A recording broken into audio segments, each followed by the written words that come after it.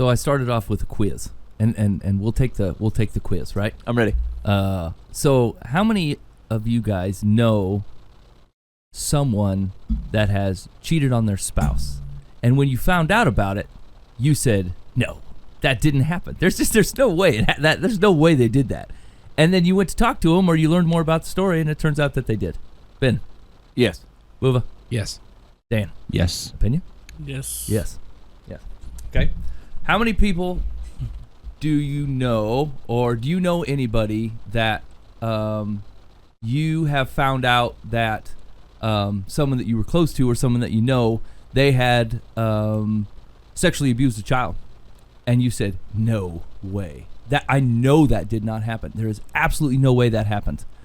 And you found out that it did. It did happen. Ben? No. Buva? Yes. No. No for Dan. Okay.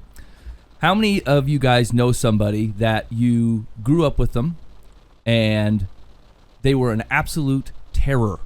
An absolute terror. And someone told you that they had met Jesus and you said, I don't know. Maybe. Only to meet them, and they had. And it had completely changed their life around. Ben? Yes. Buva? Yes. Yes. So the reason that I ask those questions is I was trying to figure out how to explain plausible reality. And the reason that I think that it's important to what we're talking about is like there are a giant slew of things that I just flat out would not believe happen. Only come to find out that they do. And the only reason that I don't believe them is because they're not plausible to me. They don't happen to me, right? Like I never see them, and so like it barely happens to people that I know. I mean, it's that marriage thing, the child thing, the Jesus thing. All three have happened to me, where like people said, "Hey man, yeah, so and so, they're leaving their spouse and they've got a girlfriend and they're out." I'm like, no, that's ridiculous. That is impossible. There's no way that happened. And it certainly did happen. And I was flat out wrong. So I was thinking about a lot of the things that are going on, especially in America. And I think a lot of the things that we're arguing about have a lot to do with our plausible realities. Stuff that I think doesn't happen because it doesn't happen to me. I couldn't even imagine it if it did, right? Where I can say go for a job interview and I can't imagine race would ever matter. I can't imagine that because it never happens to me. Where there is an entire population in our country where they can't believe that it doesn't. That their only experience is that it definitely matters. And it happens to them all the time. And so we have large groups of I can't honestly plausibly imagine that the law enforcement in our country can't be trusted. I've never experienced a thing where they couldn't. There's an entire subsection of our population that's never experienced a part where they could be. And so a lot of the conversations that we're having, if we can just huddle together as the folks, right? We're not talking about the fringe folks that just like to yell and be angry and stir up evil, right? The devil gets a foothold and he's willing to take the closest mouthpiece and let it come out in the grossest, most obnoxious and half-truth way. If we can move those off to the side and we can look at each other for a minute and go, what we're talking about is our realities and the things that we can perceive and the things that we can't. The things of what it's like. A lot of we were talking about right now. They're pitting two things against each other. They're pitting African Americans and police officers against each other, like they are definite and pronounced and all this or all that. You absolutely know that is not true. You know that, and so there are parts of you, especially as you scroll through your social media, that you'll start to tailor off one way or the other, and you're like, oh yeah, that's definitely right though, or yeah, that's definitely right. You're being sucked in by your own of what cognitively of what you can take in of your plausible reality because it's yours, right? And so I think we were talking about this a little bit before the show started, especially Boova and I were talking about if there is any space for the fellas in this room to add or take away to any of this conversation. And to be honest, I don't know that there is. I honestly don't know that there is. I get sidetracked on 1,000 different things. I can't ever nail down what I feel or what I think.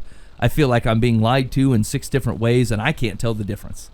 But what I do know is that my plausible reality, the things that I believe to be possible, that's not consistent with every person in this country. And it's not consistent across every race, every section of the country, every town, every culture, everywhere in the world. There's places in the world that the police, the authorities cannot be trusted at all. Never could be. And that's hard for me to imagine. That it really is. It's difficult for me to take that in. It doesn't mean that it doesn't happen, and it doesn't mean that it doesn't true. And so when I start getting in pithy arguments with people that have actually lived a different reality, I'm not talking about actual reality. I'm talking about my plausible reality, the things that I can imagine to be true. And what I couldn't imagine to be true is that guy would cheat on his wife. And boy, was I wrong. What I couldn't imagine to be true is that anybody would do that to a child. And our jail logs are full of examples of where I am wrong.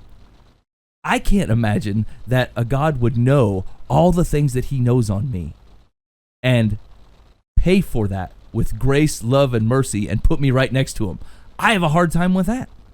And so it's really shallow of me to believe that only what I can take in with my version, I can't even say version, because it's still reality. It's just my plausible reality. It's the thing that I can find tangible.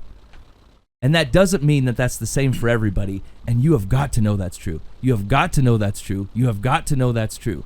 And that's not about shaming who you are or what your plausible reality is. It's about not shaming somebody else's. I don't think there's any reason for you to go, I had no choice in the reality that was put around me, and therefore I am this way. Now, I don't think that you can hold personal responsibility and go, I took that in and purposely designed myself to be in this reality, because you probably didn't.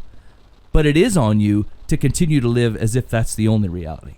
And you know that that's not true. You absolutely know that. And so my Pope-style advice is like, as much as I believe that there are certain parts of both of this entire thing, of this entire racial injustice thing, I think there are good sections of that are just out for evil, that are literally just out because to turn people away from God's good world, God's good creation, and just to stir up strife, evil, and conflict.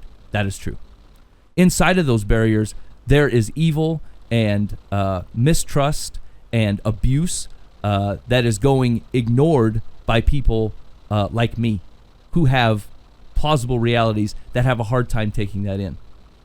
And it's a start to say, I know I have a hard time taking that in. I am open to other plausible realities. And I think that's where you start. If you're having a hard time figuring out where to start, if you're like me, I feel like I'm bombarded on every direction, and I just feel like a worthless, impotent, non-participation, because I'm like, I just have no idea what to do. Well, let's start here. Your reality is not everybody's reality. The things that you take in that are possible are definitely possible for other people. It's definitely a thing. And it's been happening, and you have an absolute choice to take the freedom that we've all been given, first in Jesus Christ and second as a citizen of the United States of America. And the thing that you're to do with both those freedoms is to choose how you're going to lay them down and use them.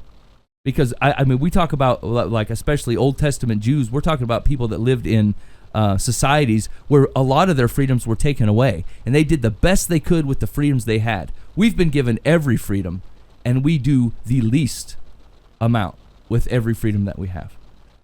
And we're talking about the building blocks of the things like how to be a good parent, how to have a good marriage, how to be a good citizen, how to love the people around you. All those involve you laying your freedoms down in service to them.